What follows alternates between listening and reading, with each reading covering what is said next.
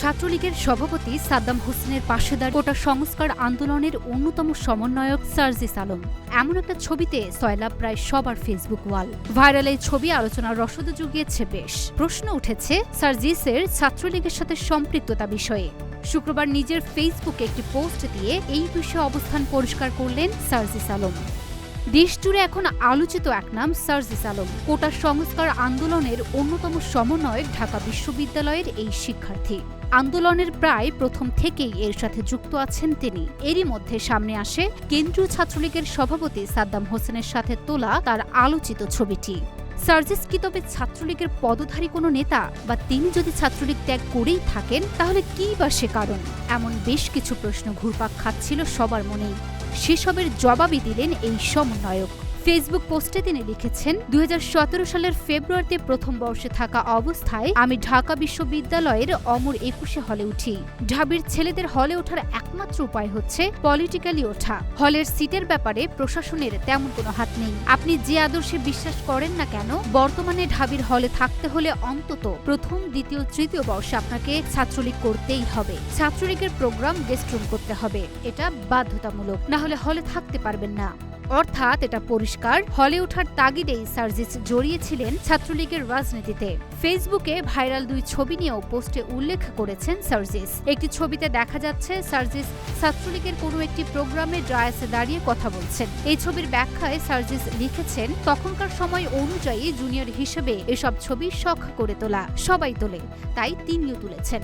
অন্য ছবিটির ব্যাখ্যা সার্জিস দিয়েছেন এভাবে, ক্রিকেট টুর্নামেন্টের man of the series trophy নেওয়ার সময় ঢাবি পঞ্চগড় অ্যাসোসিয়েশন আয়োজিত ওই প্রতিযোগিতায় সাদ্দাম ভাই অতিথি ছিল, যেহেতু তার বাড়ি পঞ্চগড়ে এবং তখন তিনি ডাকসুর এজিএস ও ঢাবির সেক্রেটারি। তাহলে সার্জিস ছাত্রলীগের এসব কর্মকাণ্ড থেকে নিজেকে গুটিয়ে নিলেন?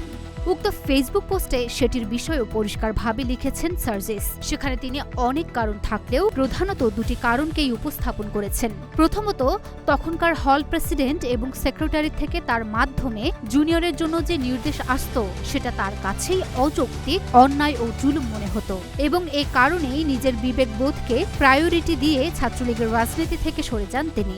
আর দ্বিতীয় কারণ হিসেবে সার্জিস লিখেছেন, বিভিন্ন ইস্যুতে সরকার ও ছাত্রলীগ নিয়ে নানা সময়ই তিনি সমালোচনা করার চেষ্টা করেছেন, এবং এ কারণে হলের প্রেসিডেন্ট এবং সেক্রেটারি নানা সময়ই তাকে সতর্ক করেছেন বলে জানান তিনি। সবশেষ হল ছাত্রলীগের কমিটি হওয়ার পূর্বে তাকে একটি অপশন বেছে নিতে বলা হয়, লেখালেখি অথবা ছাত্রলীগ।